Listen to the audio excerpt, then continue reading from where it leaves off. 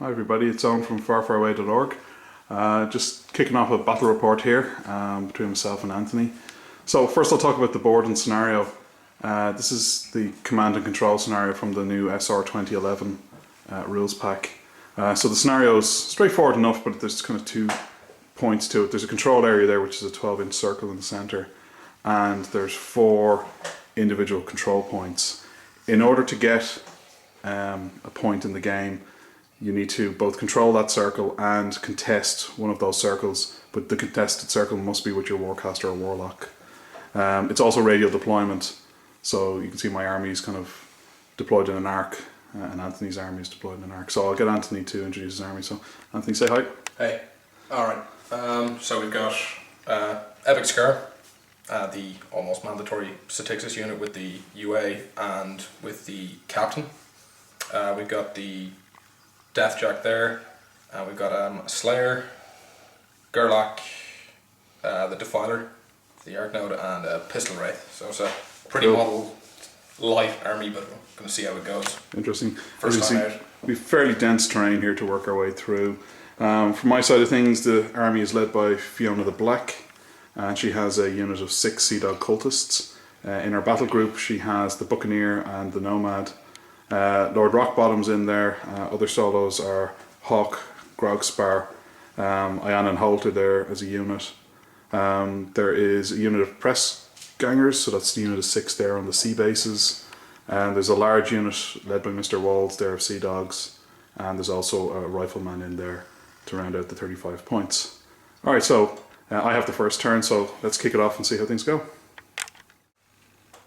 Okay, so the end of the Privateers turn 1, they're after moving up. Everyone more or less ran. Fiona moved up to here. She cast 2 spells. She cast Roth's Mercy onto the big unit of Sea Dogs. So that basically means when somebody's killed, I can choose another model to be removed. She also cast Telgesh Mark onto the Nomad, so he is now an Arc Node. So those Cryxes are looking awfully close to my press gangers, but then again, with their threat range, everything is close. Okay, so that's the end of my turn 1. Okay, so turn 1 for the Cryx is over. Anthony moved his whole army up. Well, actually more shuffled them sideways to give them a good avenue into this control area. He took a shot with the Pistol Wraith, but was just out of range, so he's now corporeal, but getting near him is going to be hard. The Defiler moved up and allowed Scar to Arc Node Black Spot onto the press gangers, and then Admonition was cast on it. The Deathjack cast Death Ward on himself, and as I said, everything else just more or less jockeyed for position. So let's see how my turn 2 goes. So the Privateers turn 2 saw them go pretty aggressive. A lot of the army running up to engage, so the Sea Dog unit that has Roth's Mercy cast on it moved up after being made tough by Rockbottom, so they're engaging the Cryxes. The press gangers ran up as well. The hope there was that I could get Fiona up close enough that her feet would actually matter, but unfortunately all of the Cryxians are just out of range, so this could be a very painful turn for me. Pretty much everything else ran up into position. Ayanna failed to give herself and Holt stealth. Other than that, you can see pretty much the way things are. So Cryx turn 2 put quite a lot of hurt onto the pirates, killing off 6 of the Sea Dogs and the whole unit of press gangers, so that's 12 models killed. The Slayer killed 5 of the press gangers. One of the Cryxes finished off the other one. They had Black Spot on them. Black Spot then got shifted over during Scar's activation onto the Sea Dogs. Quite an interesting number of combinations going on here between Black Spot and then my ability to decide which guy died. It became quite a tricky turn.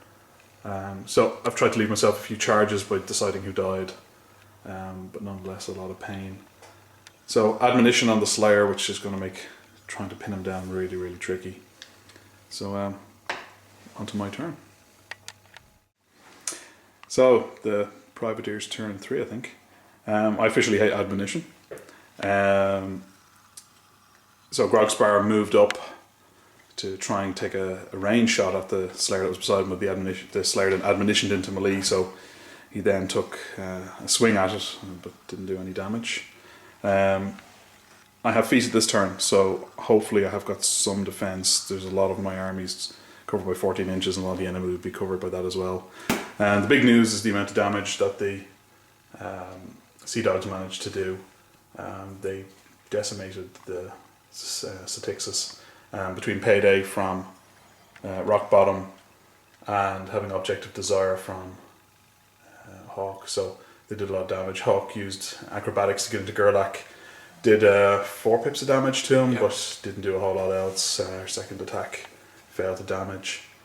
I backed up my Nomad. Was really just looking at the position of Deathjack here. Moving in towards that Slayer would have been suicide. Of course, that's exactly why he was there.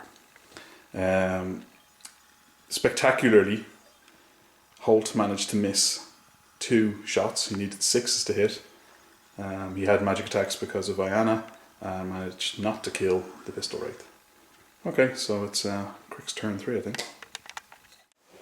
Okay, so the big news this turn is that Scar feated, protecting 5 models. So she now has 3 jacks in the control area, all of which are protected. Gerlach and herself. She can also cast admonition on herself.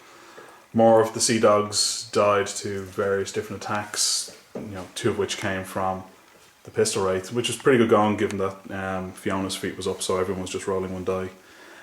The Slayer failed to combo strike or combo smite the Grogspar, but Deathjack came in and just squished him and won. As you can see, Ian and Holt are engaged here. The Defiler ran up to engage. I think that's more or less it. So with Scar's feet up, I'm not going to be able to shift them at all this turn, so it's just about trying not to lose by scenario at this point. Okay, so that's the Privateer's turn. This is mostly damage limitation this turn. Move the Cultists up after they've been made tough by Rock Bottom, just to try and get into the control area. Block charge lanes, obviously they present a big trample target, but we'll deal with that when we get there. Ian and Holt did nothing. They couldn't attack this, and getting in, potentially suffering 3 strikes would have been devastating. This Jack just shuffled around to try and give few trample locations for Deathjack.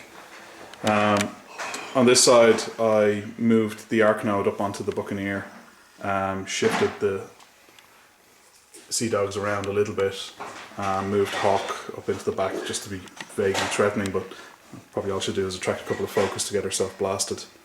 I forgot to make an attack with that guy, but sure, what can you do? Okay, the Defiler moved out of combat, taking quite a lot of damage. That allowed the Slayer to run around the back and engage Holt, so somebody slightly more hitty in his face this time. Deathjack got really unlucky. Several attempts were made to clear a trample path for him so he could then trample and engage into the Nomad. As you see, the Satixus solo came in. The guy directly in front of her managed to make his tough check twice.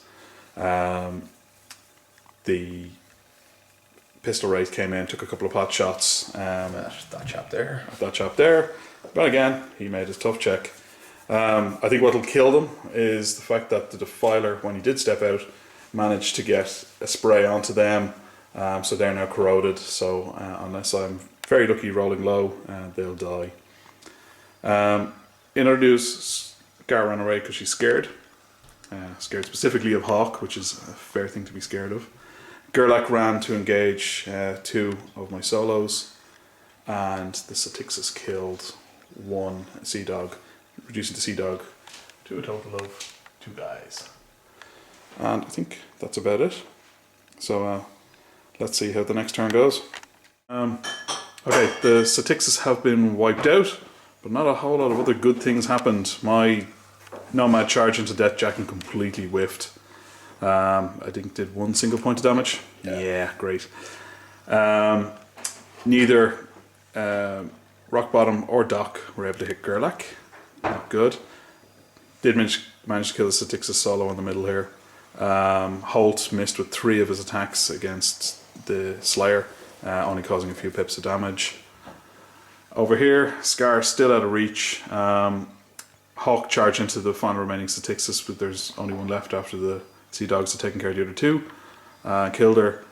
So we have a bit of a race on, see if we can get at Scar. But Fiona's out there. You know, she's not exactly safe. So let's see how the next turn goes. Alright, Carnage.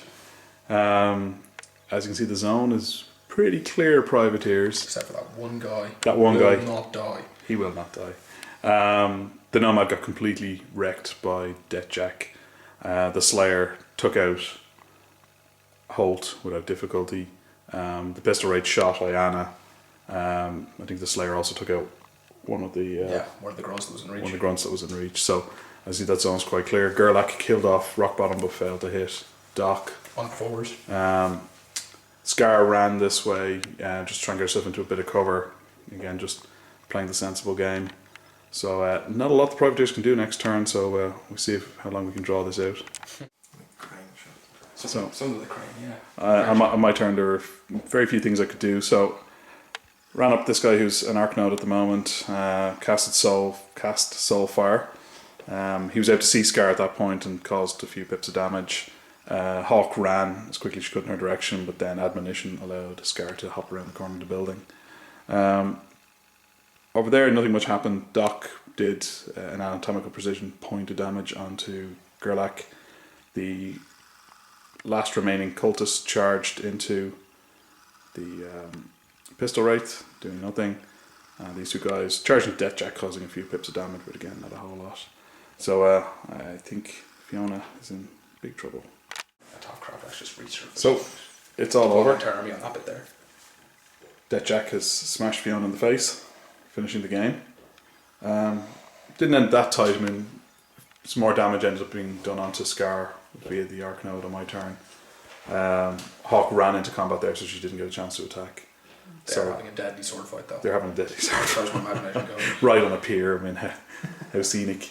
Doc again did one pip to Gerlach, so Gerlach could, well, actually on Gerlach's farm, Gerlach could probably miss him. So it's all over with a dead Fiona. Alright, thanks for the game, Anthony. Cheers.